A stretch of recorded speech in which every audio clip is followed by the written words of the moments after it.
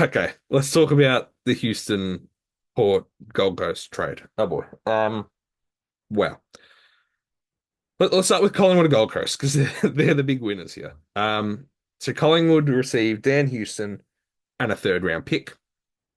Gold Coast received John Noble, a future first rounder from Collingwood, a future first from Port, and a second round pick, currently number 39. Port Adelaide received Jack Lukosius, Joe Richards, Rory Atkins, pick 13, pick 29 and 36, and pick 50. I think the picks in this trade for Port are okay. They'll be happy with pick 13 there. What it seems like they've done in giving up a dual Australian player who no one really wanted to get rid of, they could have kept. They could have held him to his contract. They've they've they've gotten rid of him for a lot of unknowns. I don't know why Rory Atkins is in this trade. It seems like Gold Coast convinced them in a way to free up that contract to take him on board. I don't know. I don't know how he came into calculations there. Joe Richards is a decent player, um, and at his age, he's going to get better, I think. But he's no Dan Houston. This is like I don't know if he's playing off the halfback flank, if they're going to use him as a forward, whatever. It's just very unknown. And then Jack Lukosius, I mean, I like Jack Lukosius a lot, but again, it's like you're banking on him performing. This is either going to be okay for Port because these players settle in well, particularly Luco and Richards, or it's going to send them so far backwards because they've lost so much run off halfback now. Yeah. Collingwood have done brilliantly, I think. Like they got their man. If it doesn't result in any sort of immediate climb up the ladder, um, then it will probably age quite poorly for Collingwood because their side is not young.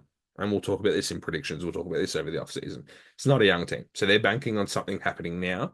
They're banking on a big rise back up the ladder. And I think the team looks very good. Like, I think they're poised to do it. I will say that. But yeah, it needs to happen or else this trade probably looks worse than it is. I think Gold Coast have done fantastic for a number of reasons. They got Noble. So they got their man off halfback. They also got Rioli, so their halfback flank just looks completely revitalized next year.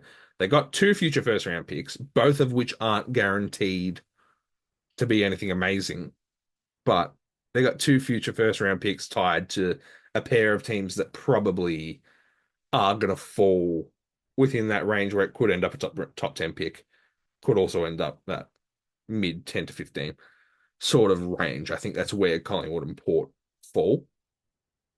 And then they also got a second round pick.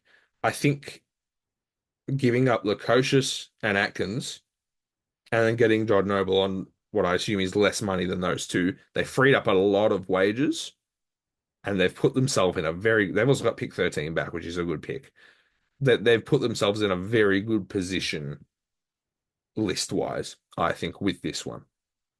They've improved their list significantly this trade period.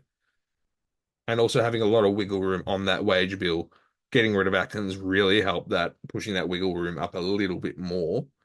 I think they've done very well here. I think in the long term, Gold Coast are going to come out the winners of this trade. Short term, it should be Collingwood.